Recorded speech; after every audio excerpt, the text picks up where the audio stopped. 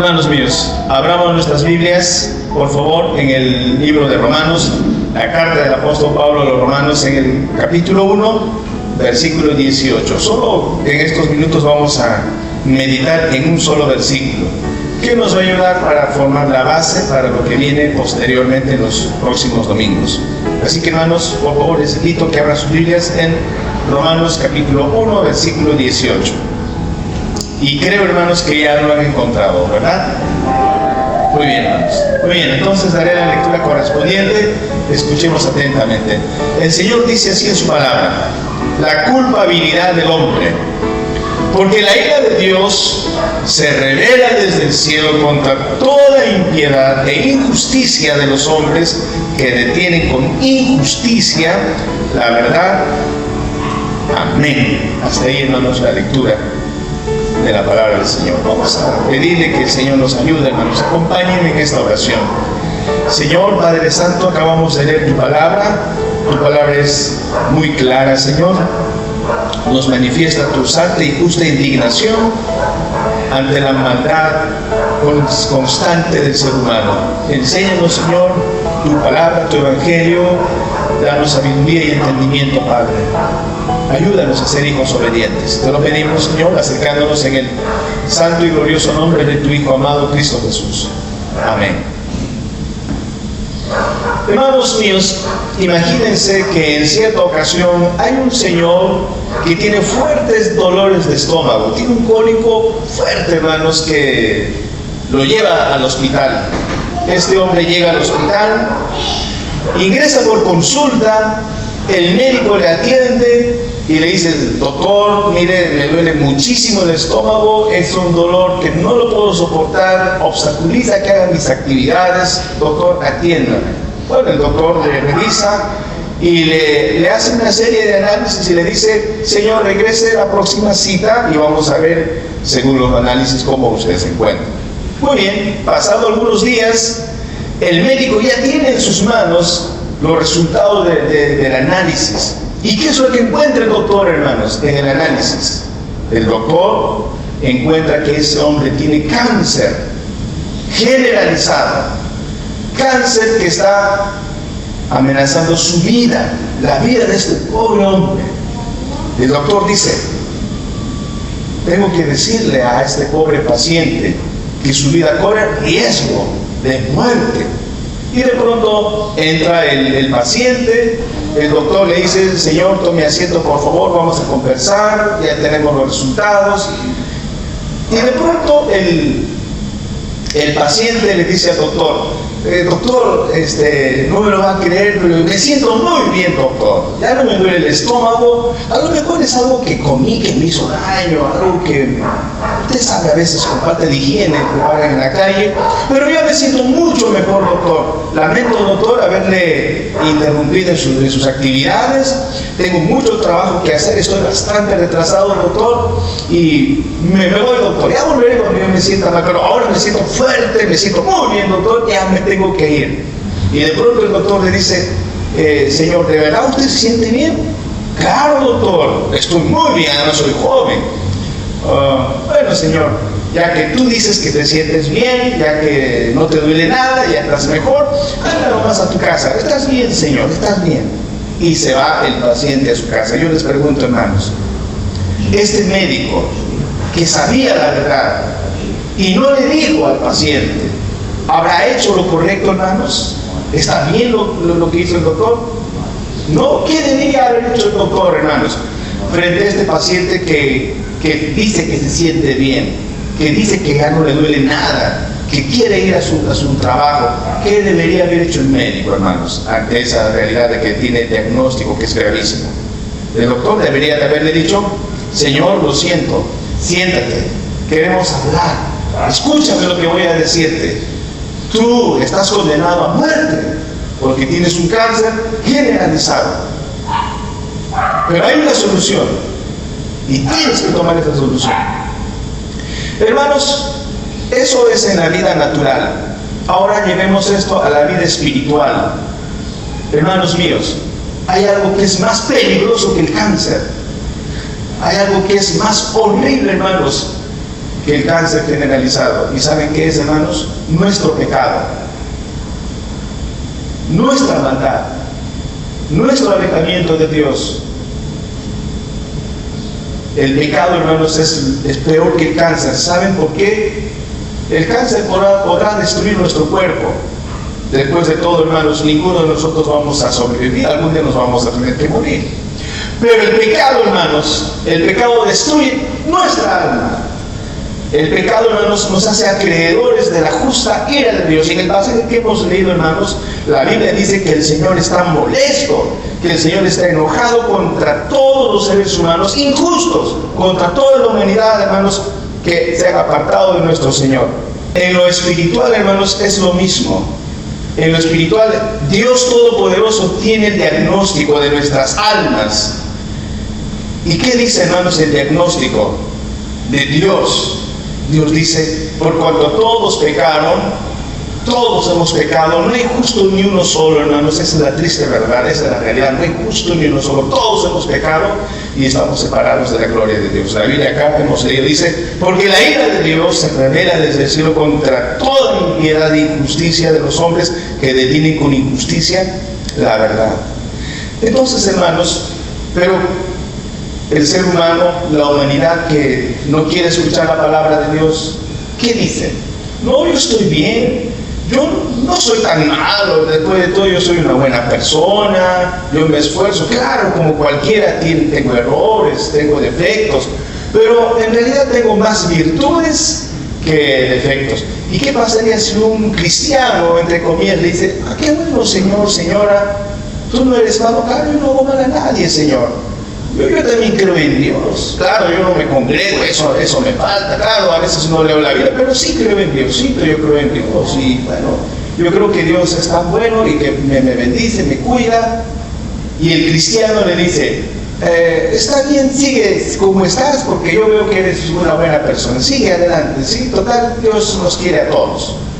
Pero ese cristiano no le dice la verdad. Ese cristiano no le dice que esa persona, si no entrega su vida a Cristo en arrepentimiento, está totalmente perdido. Eso es lo que pasa hoy en día, hermanos. En el mundo cristiano es una pena, hermanos, pero la realidad es que en muchas congregaciones ya no se habla, hermanos, de la ira de Dios. ¿Por qué? Porque es un tema que nos incomoda. Muchos pastores dicen, no, yo no quiero predicar de la ira de Dios, mejor quiero hablar del amor de Dios, quiero hablar de la misericordia de Dios, quiero hablar de las bendiciones de Dios, quiero hablar de que Dios los ama a todos y que Dios les va a bendecir, porque eso sí le gusta escuchar a la gente. Claro, hermanos, la Biblia habla de que Dios nos ama a todos, la Biblia habla de que Dios es misericordioso, eso es verdad lo que está en la Biblia, hermanos, dice la Biblia, porque de tal manera amó Dios al mundo que ha dado a su hijo unigénito. Eso es claro, hermanos, pero también la Biblia habla de la ira de Dios. La Biblia también expone, nos dice, hermanos, que así como Dios ama, así también Dios se molesta y Dios se enoja. Alguien dirá, pero pastor, no creo, ¿cómo un Diosito tan bueno se va a enojar? Solo la gente nomás nos enojamos. Nosotros nos molestamos y hacemos nuestro arrebato de ira. No creo que sea así Dios. Hermanos míos, Dios no se deja dominar por un arrebato pasional como nosotros nos dejamos dominar por la rabia, la ira y gritamos. Así no es nuestro Dios. Pero eso no significa, hermanos, que Dios no esté molesto y enojado cuando ve la maldad en nuestros corazones. Quiero poner un ejemplo, hermanos. ¿Se acuerdan ustedes de nuestro Señor Jesús cuando ingresó al templo en Jerusalén? Sí, ¿se acuerdan, hermanos? La primera vez que ingresó, al inicio de su ministerio. La segunda vez que ingresó no la segunda vez, sino antes de ir a la cruz. El Señor ingresó al templo. ¿Y qué encontró en el templo, hermanos? ¿Qué vio el Señor? ¿Vio corrupción? ¿Vio atropellos? ¿Vio inmoralidad, hermanos? ¿Vio pecado en el templo? ¿Y qué hizo el Señor, hermanos? Se molestó, agarró una correa, hermanos, y expulsó a toda la gente. Y el Señor dijo, esta es la casa de mi Padre, esta es llamada casa de oración, y ustedes lo han convertido en una cueva de ladrones, porque abusaban de la gente, porque robaban a la gente, porque abusaban del pobre, porque maquinaban a las mujeres, porque maquinaban a los peregrinos y no les dejaban entrar, porque les cobraban cupo, hermanos, para hacer su negocio dentro de ese templo. Y el Señor se molestó, hermanos. se molestó con justa indignación. ¿Quién de nosotros, hermanos, no se molesta en esta vida cuando vemos alguna injusticia que sucede? Cuando tú te enteras, por ejemplo, hermanos, que una mujer abortó a su bebé, ¿acaso no te enojas cuando matan a esa pobre criatura? Si nosotros, siendo humanos, pecadores, nos molestamos, cuando alguien nos ofende, nos agrede, hermanos, a nosotros, con nuestros seres queridos, ¿acaso no nos molestamos cuando hacen injusticia? Claro que nos molestamos. Siendo nosotros humanos y perfectos, nos molestamos. Dios, hermanos, que es santo, santo, santo, ¿cómo no se molestará, hermanos? Y la Biblia habla, hermanos, de que Dios se molesta. Voy a leer algunos pasajes que nos van a ayudar a entender este concepto, hermanos, de que Dios también se molesta. Pero Él no pega cuando se molesta. Él es santo cuando se molesta. Dios no es ajeno a la maldad en el mundo, hermanos. En el libro de Hebreos, capítulo 1, versículo 9, dice de la siguiente manera. Voy a dar lectura. Pueden anotar, hermanos, en sus boletines para posterior repaso en la casa. Hebreos 1:9 dice así: has amado la justicia y aborrecido la maldad. Esto es lo que la Biblia dice de nuestro Señor Jesús. Voy a volver a repetir, hermanos. Hebreos 1:9 dice: has amado la justicia y aborrecido la maldad, por lo cual te ungió Dios, el Dios tuyo, con óleo de alegría más que a tus compañeros. Has amado la justicia y aborrecido la maldad. En el Salmos capítulo 2, versículo del 1 al 5, también, hermanos, tenemos esta enseñanza de la ira de Dios. Y voy a leer, hermanos, Salmos capítulo 2, verso del 1 al 5. Pueden tomar nota, hermanos, dice de la siguiente manera. Dice así, Salmos 2, del 1 al 5. ¿Por qué se motinan las gentes y los pueblos piensan cosas vanas?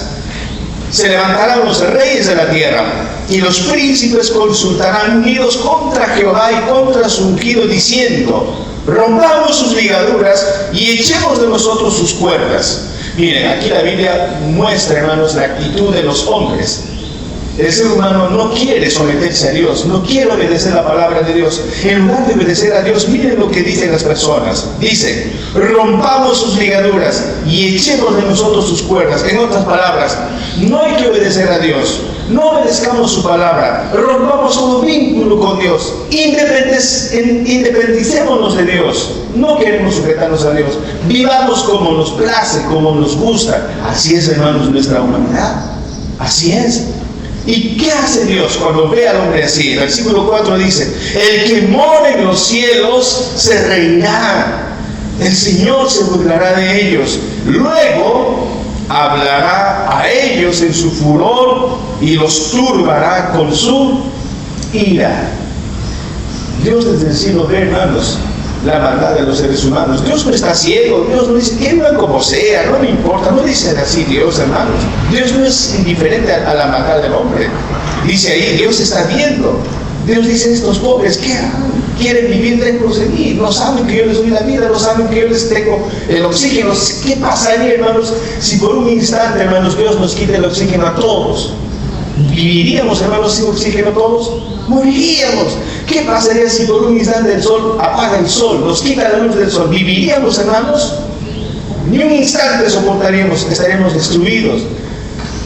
Dios dice que manifiesta su furor, manifiesta su ira. Otros pasajes más que quiero considerar con ustedes, hermanos. Por ejemplo, en Efesios 5:6.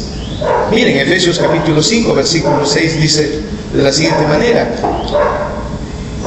nadie os engañe con palabras vanas, porque por estas cosas viene la ira de Dios. Viene la ira de Dios sobre los hijos de desobediencia. Ahí la Biblia señala la ira de Dios. Que nadie les engañe diciendo: no pasa nada. A veces la gente, hermanos, equivocadamente podemos imaginarnos a Dios como un viejito que está en el cielo con su barbita blanca, un viejito bonachón como un Papá Noel.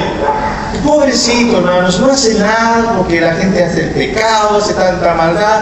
Al final de todos, Diosito pues no se molesta, les va a perdonar a todos. Hermanos, Él es el Rey. Y acá dice, hermanos, por estas cosas dice: viene la ira de Dios.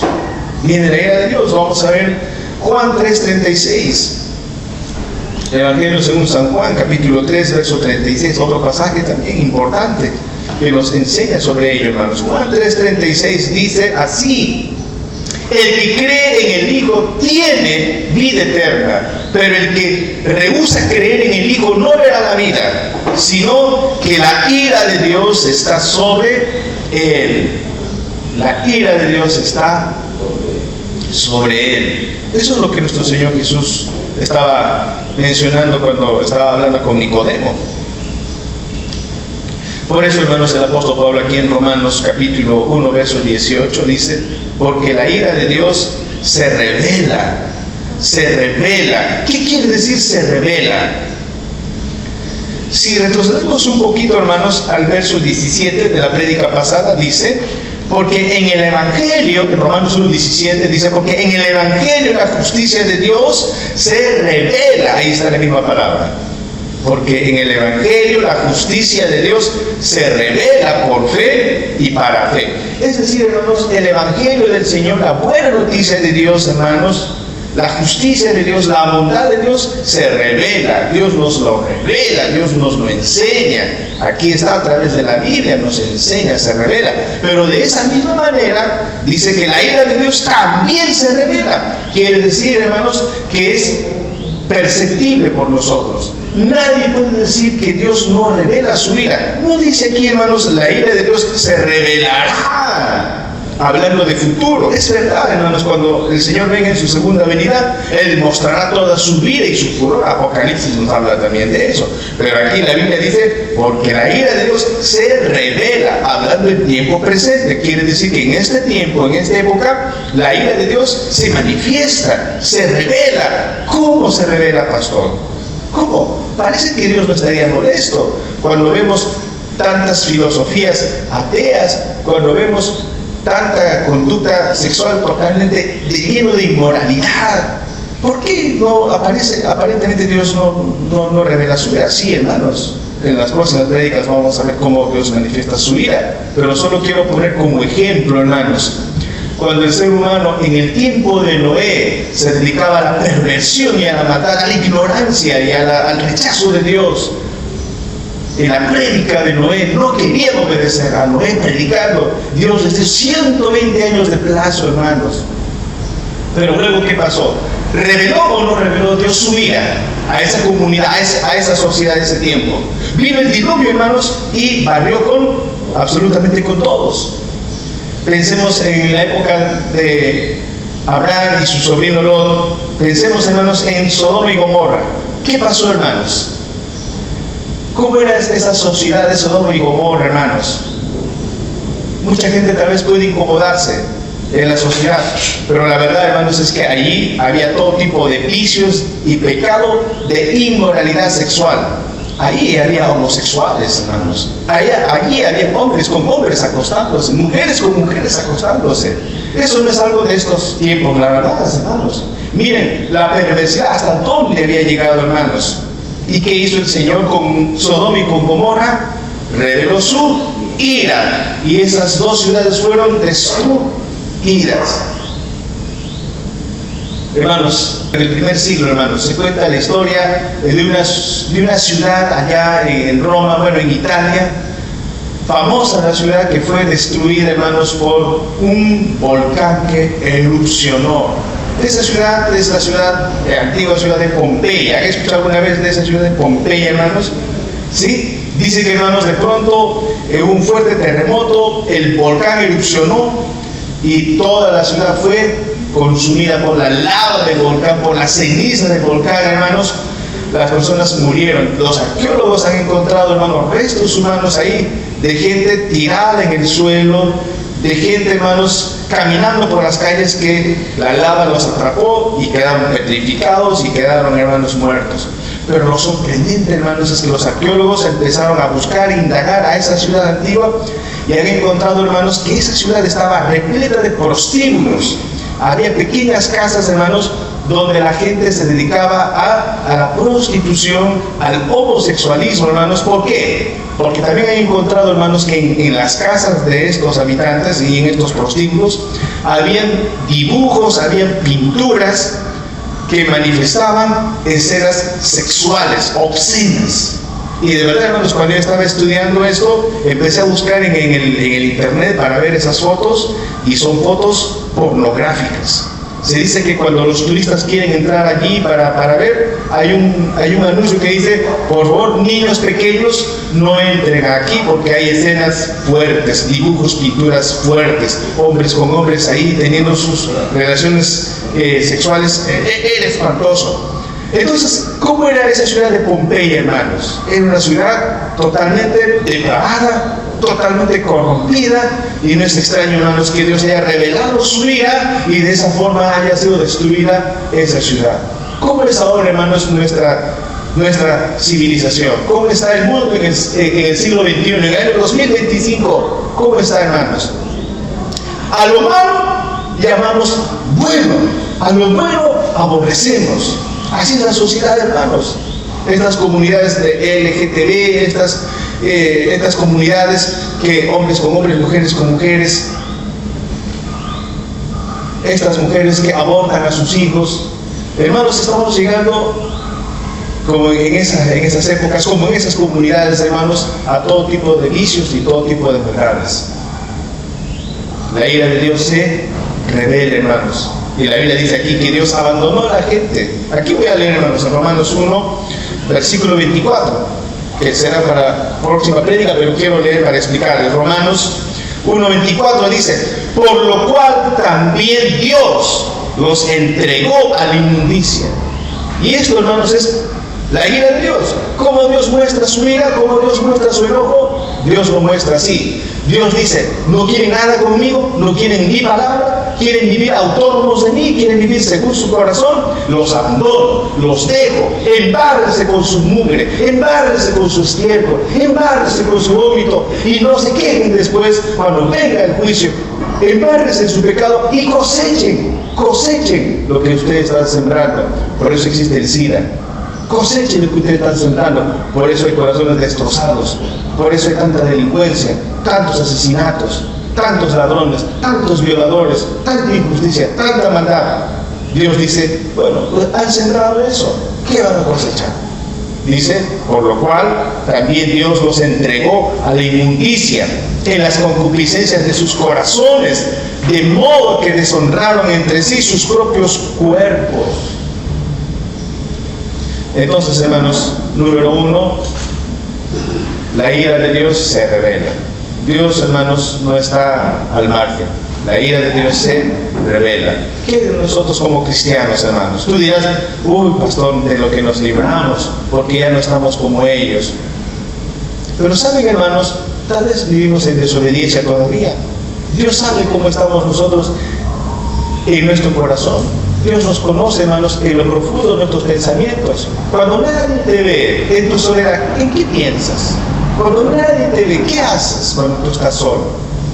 ¿Te dejas guiar por tus sentimientos? ¿Te dejas guiar por tus pasiones? ¿Cómo estamos viviendo, hermanos? Y el Señor nos conoce, el Señor nos está viendo, hermanos míos. ¿Le obedecemos al Señor? Nosotros procuramos ser puntuales. Por ejemplo, hermanos, ¿estamos siendo puntuales con el Señor? ¿O le estamos quitando su espacio que le tenemos que dedicar a Él? ¿Cómo estamos en nuestra relación matrimonial, hermanos? Como esposos, ¿nos estamos comprometiendo a obedecer al Señor y amar a nuestra esposa? Amar a nuestra esposa como el Señor nos pide que amemos. Y como esposas, ¿estamos amando a nuestros esposos como el Señor nos pide que amemos? ¿Cómo estamos con nuestros hijos? ¿Cómo estamos con nuestros padres? Entonces, hermanos, ¿somos o no somos culpables cuando le fallamos al Señor? Y tenemos abogado, hermanos, en Cristo Jesús. La siguiente parte de nuestra enseñanza, hermanos, dice: porque la ira de Dios se revela desde el cielo contra toda impiedad e injusticia, dice, de los hombres. Impiedad e injusticia de los hombres, que detienen con injusticia la verdad de Dios. Detienen con injusticia la verdad de Dios. ¿Qué quiere decir esto, hermanos? Que el ser humano es culpable por detener la verdad de Dios. Aquí no nos está diciendo que nosotros detenemos la verdad de Dios, que no queremos la verdad de Dios, que hemos rechazado la verdad de Dios, que no queremos tener nada que ver con la verdad de Dios. ¿Y cuál es la verdad de Dios, hermanos? Tu palabra es la verdad. Santifícalos en tu verdad. Tu palabra es la verdad. Les voy a poner una ilustración, hermanos, que leí hace poco y me pareció interesante. Imagínense, hermanos, tú tienes tu centro de trabajo, tú tienes tu cuarto, tú tienes una casita, tú tienes tu taller donde tú trabajas, tú tienes tu escritorio y tu oficina donde tú trabajas, y ahí está tu nombre. Ahí están tus herramientas, están con tu nombre, tus cositas están con tu nombre. Y de pronto alguien entra y quiere ocupar tu lugar. Quita tu nombre, agarra tus herramientas y le borra tu nombre que le has puesto y le pone su nombre. Ahí está en tu escritorio tu foto y le saca tu foto y pone su propia foto. Y luego dice, este lugar es mío. Y de pronto tú llegas y encuentras que han agarrado tu laptop, le han cambiado la contraseña, han entrado a tu celular, han cambiado todo, han cambiado tus herramientas, han agarrado tu martillo, tu serrucho, le han quitado tu nombre y le han puesto su nombre, y todavía dicen que eso no es tuyo, sino es de ellos. ¿Cómo te sentirías tú ante esa situación, hermanos?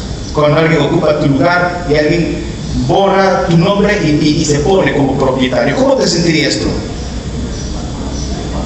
Molesto, te indignarías. Y seguramente como cristiano dirías, mire, señor, señora, mira, amigo, amiga, estoy muy molesto, pero mira, yo soy el dueño y ya estoy aquí. No puedes negar que estas cosas me pertenecen y tú te las quieres robar. Mira, como soy cristiano no quiero pelear, quiero que te retires, quiero que te vayas de acá y dejes mis cosas. Como están, deja mis cosas. Pero esa persona todavía te agrede y te dice, tú no eres dueño de esto, todo es mío. Además, tú ni existes. ¿Cómo te sentirías tú cuando alguien hace eso? Delante de ti, con tus cosas, y te mata todavía. ¿Cómo te sentirías, hermanos? ¿Acaso no te molestarías? Eso es lo que nosotros hemos hecho. Eso es lo que significa detener la verdad de Dios. Hermanos, la Biblia en el Salmos 19 dice que la creación, hermanos, la creación habla de que Dios existe. En todas partes, hermanos, nosotros podemos ver que todo lo que existe, hermanos, es como si tuviera un letrero hecho por Dios, hecho por Dios.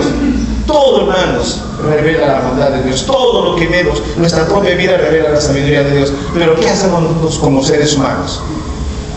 Decimos, eso es por evolución, eso es del Big Bang, eso no existe Dios. ¿Quién sabe si habrá Dios? Yo soy ateo, yo soy agnóstico. Y en la propia presencia del Señor le ninguneamos al Señor. Teniendo tanta sabiduría, teniendo tanta ciencia y tanta tecnología, nos sorprendemos con la tecnología, nos sorprendemos con el avance de la ciencia, pero como humanos decimos, no, eso no lo ha hecho Dios. No, eso es producto de casualidad. Dios tendría o no tendría derecho a enojarse, hermanos. Definitivamente que sí, hermanos míos. Claro que sí. ¿Cómo somos salvos de la ira de Dios? Para concluir nuestra meditación, hermanos. ¿Cómo somos salvos de la ira de Dios? En Romanos capítulo 5, versículo 9, dice el Señor lo siguiente. Romanos 5, 9, voy a leer. Dice así: pues mucho más, estando ya justificados en su sangre, por Él seremos salvos de la ira. ¿Quién nos salva de la ira, hermanos? ¿Cómo podemos ser salvos de la ira? Por la sangre de Jesús, por su muerte en la cruz del Calvario. Primera de Tesalonicenses 1:10. Vamos a leer también ese pasaje. Primera de Tesalonicenses capítulo 1, versículo 10 dice así: y esperar de los cielos a su Hijo, al cual resucitó de los muertos, a Jesús, quien nos libra de la ira venidera. A Jesús, quien nos libra de la ira venidera. Hermanos míos, el diagnóstico de Dios es: estás mal, estás en pecado. El juicio de Dios está sobre ti. El diagnóstico del Señor es ese. Esa es la verdad, hermanos. ¿Y cuál es el Evangelio? ¿Cuál es la buena noticia? Hay una solución. El único que puede librarte de la ira venidera es Cristo Jesús. Por eso Él fue a la cruz, por eso Él murió en la cruz del Calvario. ¿Qué tenemos que hacer nosotros, hermanos, al enterarnos del diagnóstico de Dios? ¿Seremos tercos? ¿Seremos necios? ¿Agarraremos el papel del doctor y diremos, rompiendo en mil pedazos, no acepto tu diagnóstico, doctor, yo estoy sano? ¿Diremos eso, hermanos? ¿O diremos, doctorcito, estoy mal, sáneme? Lo mismo, ¿pondremos a un lado la palabra de Dios? ¿O agarraremos la palabra de Dios y diremos, Señor, aquí está el diagnóstico de mi alma, sálvame, Señor Jesús, yo no puedo hacer nada, Señor, sálvame, por favor, tú has muerto en la cruz del Calvario por mí, Señor, y que con tu muerte y con tu resurrección tú puedas, Señor, perdonarme de mis pecados. Renuévame, Señor, transfórmame, Señor, solo con tu poder, Señor, puedo tener vida. Si alguien todavía no conoce al Señor, en esta mañana yo les digo, Dios está molesto contigo y tiene todo el derecho de estar molesto. Dios ya está derramando su ira en este tiempo, hermanos. Ya está derramando su ira. Oh, hermanos, pero llegará el momento en su segunda venida cuando el Señor derramará toda su ira, hermanos. Ni el cielo ni la tierra soportarán la ira justa de nuestro Dios. Allí seré lloro, crujir de dientes, hermanos míos. Pero yo te digo, yo no quisiera que tú pases por eso. La Biblia habla del infierno. El que no se haya inscrito en el libro de la vida será lanzado al lago de fuego. Apocalipsis 20:15 lo dice claramente, hermanos.